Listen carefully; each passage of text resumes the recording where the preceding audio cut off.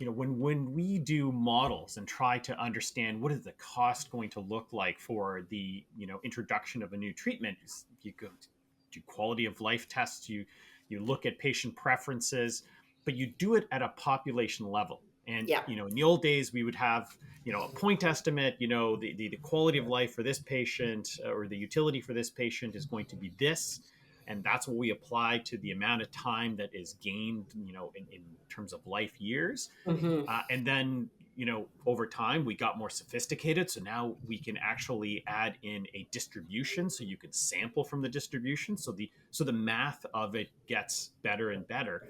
But I think what people forgot is that populations are not just a distribution. Those each of those individuals have a different preference, and the Yeah. outcome or the value to them is very individual. And that's the piece that we have not been able to replicate from a modeling perspective.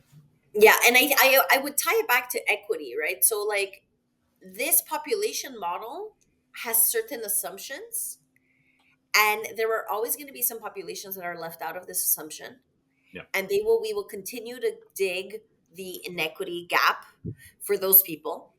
And so value-based healthcare, because you're actually measuring the outcomes of each and every person to optimize the trajectory for them based on standardized practices. So Yeah. the tools are standardized, but the responses and the preferences are personalized. So it's more of the Pareto principle, like 80-20. Yeah.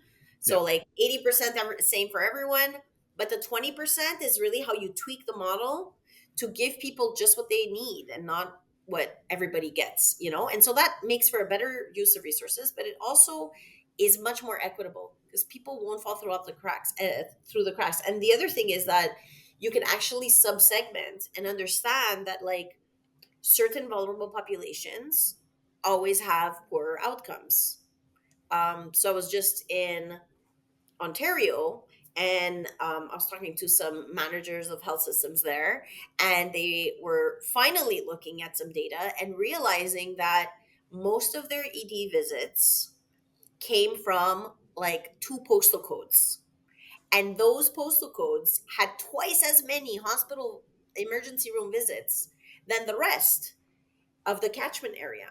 So Yeah. obviously there's something to be done. So once you have the data, you can actually zero in and say, okay, why are they having these outcomes? Why are they using more resources? What is different about them? How can we actually adapt our model? How can we be, maybe some more preventative measures, maybe working in collaboration with primary care? What can we do to lower that utilization of these frequent flyers?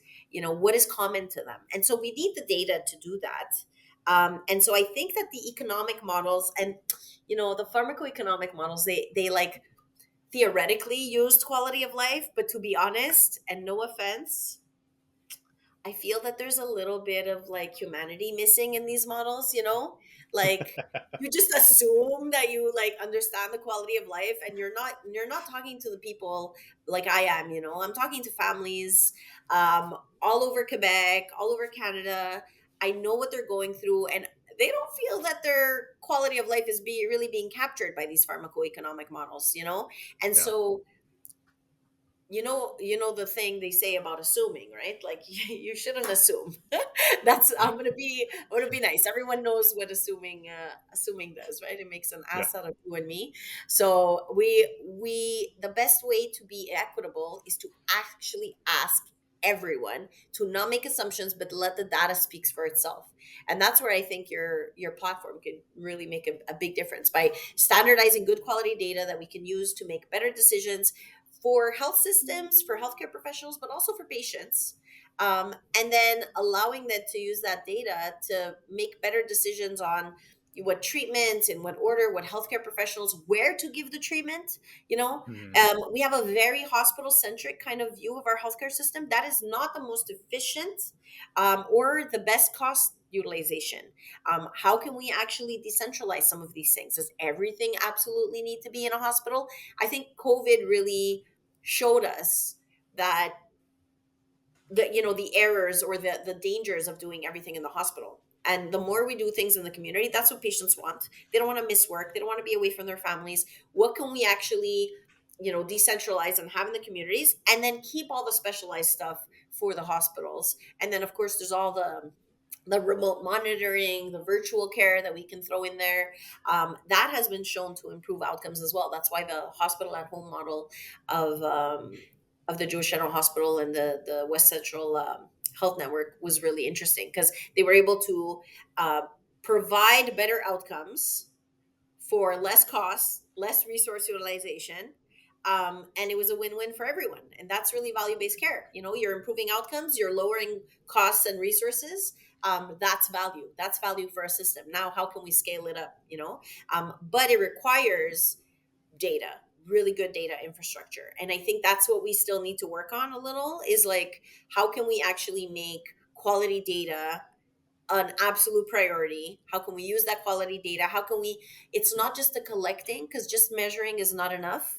Some people, they measure problems and they congratulate themselves and they think that poof, we're doing value-based healthcare. I'm sorry, honey, you're not. You know, you need to be able to use that data, tie it to a better understanding of resource utilization and costs, Hmm. or at least use that data to make better decisions on treatments. And that's not what we're doing yet, but I think that's where we're heading. And you know, there's more and more people like getting trained on value-based healthcare. I'm doing a couple of trainings now in different hospital systems, and across Canada. And I really, my vision is to like build capacity, build this wave of, you know, people that don't just use value as a buzzword, but actually understand what it means and are committed to delivering this win-win-win solution for the whole system, and ultimately primarily for patients, for citizens, for families, you know.